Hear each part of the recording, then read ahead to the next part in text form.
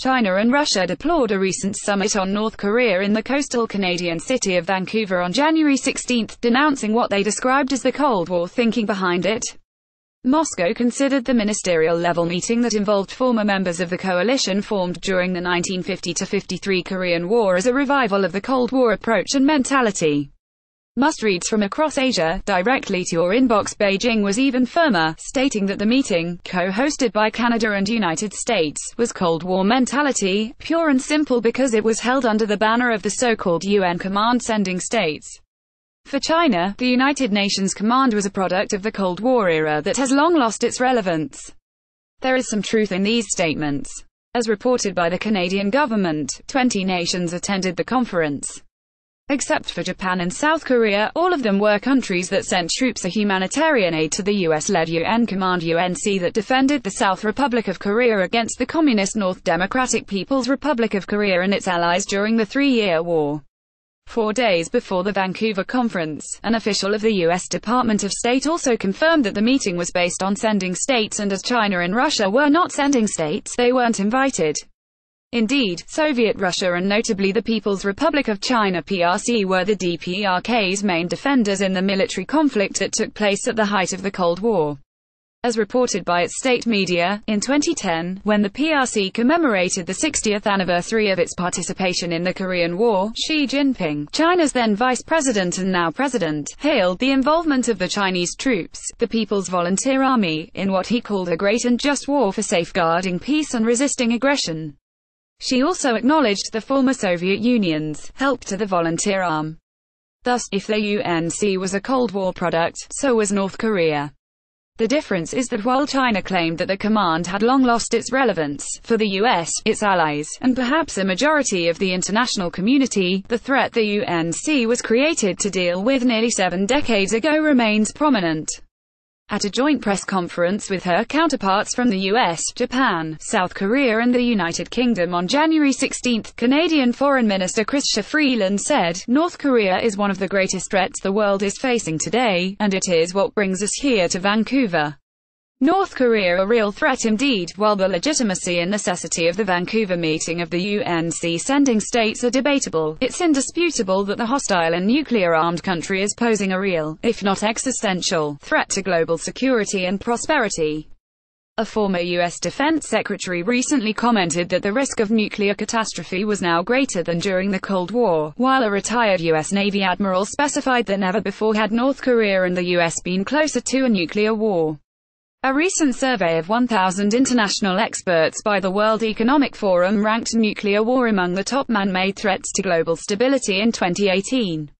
Pope Francis likewise warned that the world was on the brink of nuclear war.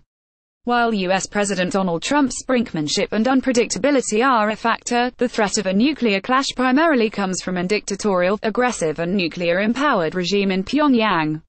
In his 2010 remarks, Xi Jinping also described the Korean War, which ended in an armistice in 1953, as a great victory gained by the united combat forces of China's and the DPRK's civilians and soldiers, and a great victory in the pursuit of world peace and human progress. With the nuclear threat it is now posing, many would doubt whether the North Korea that China defended and together with it, won the military conflict 65 years ago is contributing anything to world peace. Apparently, it isn't contributing anything to human progress, either. Stark differences in his remarks at the Vancouver conference. U.S. Secretary of State Rex Tillerson recalled that nearly 7 decades ago, the UNC sending states came to fight for freedom on the Korean Peninsula and through great sacrifice secured freedom for the ROK's people. The United States top diplomat then pointed out that the differences between freedom and democracy in South Korea were striking when compared with the conditions of life for the people who live under the tyranny of the regime in North Korea.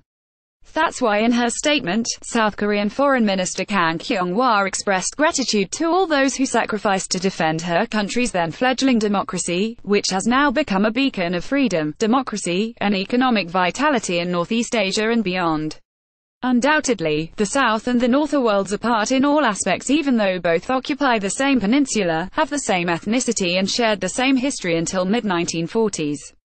One is a flourishing economy and democracy that threatens no country, whereas the other has lived for the past 7 decades under a hereditary and tyrannical regime that not only brutally oppresses its people, but also threatens the world with its missiles and nuclear weapons.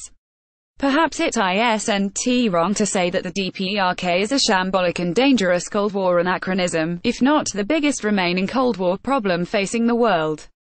Though the Soviet Union collapsed and thereby the Cold War ended nearly 3 decades ago and other communist countries have hitherto transformed politically and/or economically, North Korea remains a totalitarian Stalinist state with a Cold War mentality and behavior. By holding the Vancouver meeting and excluding China and Russia from it, perhaps the US and its allies wanted to remind Beijing, Moscow and the world of that fact. In this sense, the gathering was not only aimed at maximizing pressure on North Korea and forcing it to denuclearize. It was also probably intended to pressure China and Russia to do more to rein in the wayward country's nuclear and missile ambitions. After all, not only did the PRC and Russia defend their communist ally during the Korean War, but they have also been Pyongyang's main political and economic supporters ever since. China is currently the reclusive state's biggest trader and only treaty ally.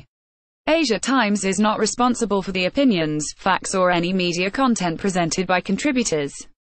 In case of abuse, click here to report. Continue reading.